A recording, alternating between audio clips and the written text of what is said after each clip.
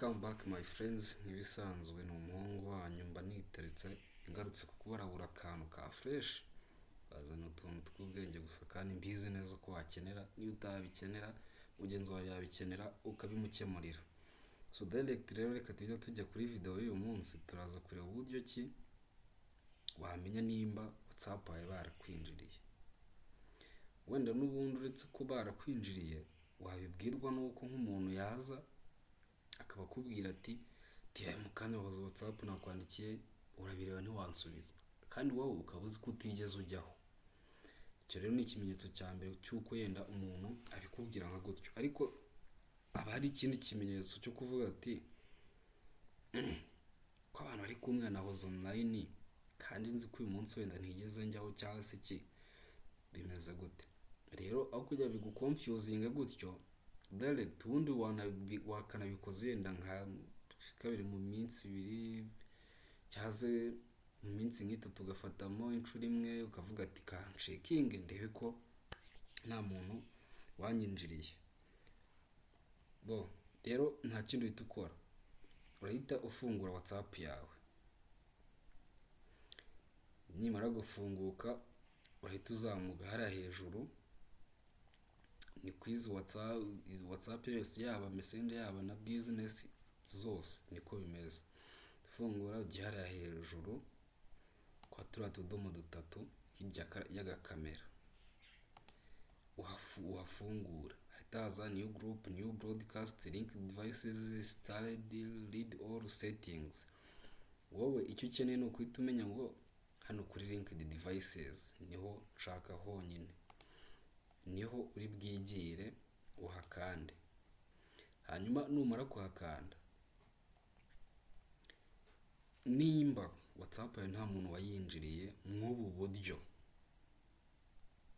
nta undi muntu uyifite muri telefoni we cyangwa mu mashini yiwe, kuko ahangaha ubu buryo ni uburyo ki umuntu aba yarafashe WhatsApp yawe akayihuza n'imashini ye cyangwa akayihuza na telefoni ye akaba ayifitemo nawe, mufitemo account yawe mwese ku buryo uyikoresha nawe akayikoresha. Ibyo bakwandikiye n'ibyo wanditse arabibona same nk'uko nawe biba bimeze.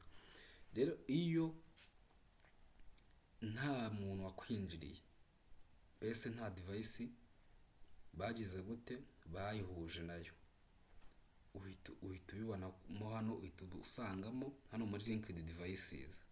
Usubiriza inyuma ubirebe uko wafungura ahangaha kuri linked devices,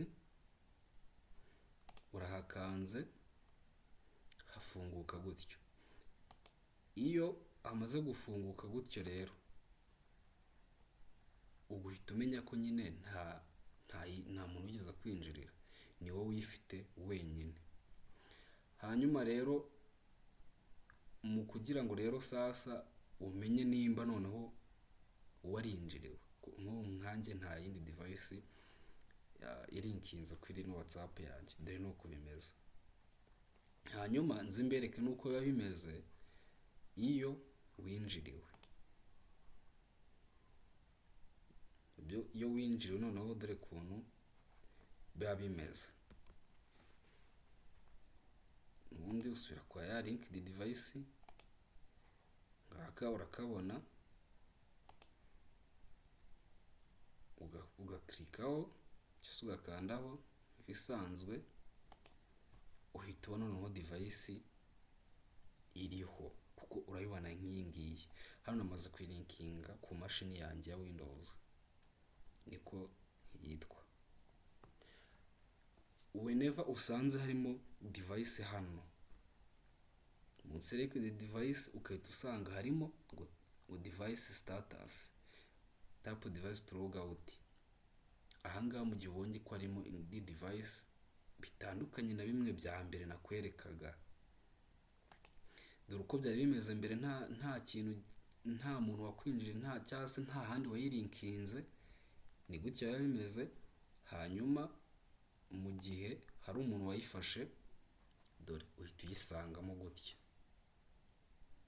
Yego, ubwo iyo uyisanzemo rero nimba atari wowe wabikoze ngo uyiherezeho umuntu access cyangwa se aba ari wowe wayishyize nko ku mashini yawe cyangwa se muri telefone yawe,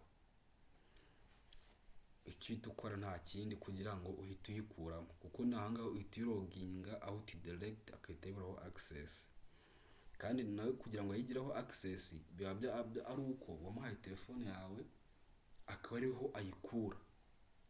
Yego, uhita uza ugakanda ahangaha kuri device nyine ubona ko ifite access, ukayikandaho. Sasa iyo uyikanzeho uhita ubona akantu ka logout, dore ngaka kabazuminge neza mukabone, n'aka ngaka nizere ko muri kukabona. Bakubwira Windows active linked dati, aho bayilinkingiye iki, uhita ubibona close cyangwa se logout. Iyo ukanze close ntabwo uyigumishemo nyine, uba ubiretse gutyo, ariko iyo ukanze logout ni kwa kuyivanamo. Sasa ahita atakaza access kuri WhatsApp yawe. Twe tugiye kuyiloginga out rero. Sasa tuyiloginze out, uhita ubibona. Wibuke ino shusho uko wayibonaga mbere, iyi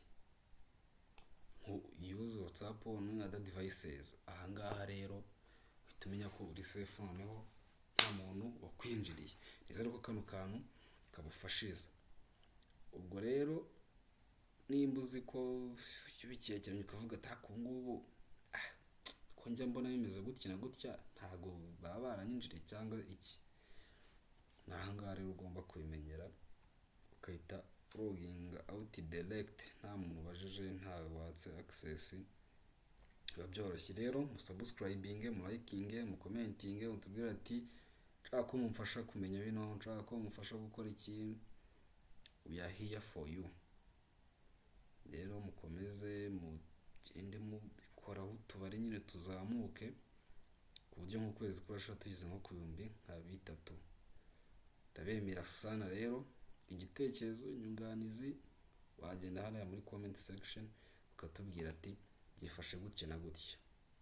See you soon rero.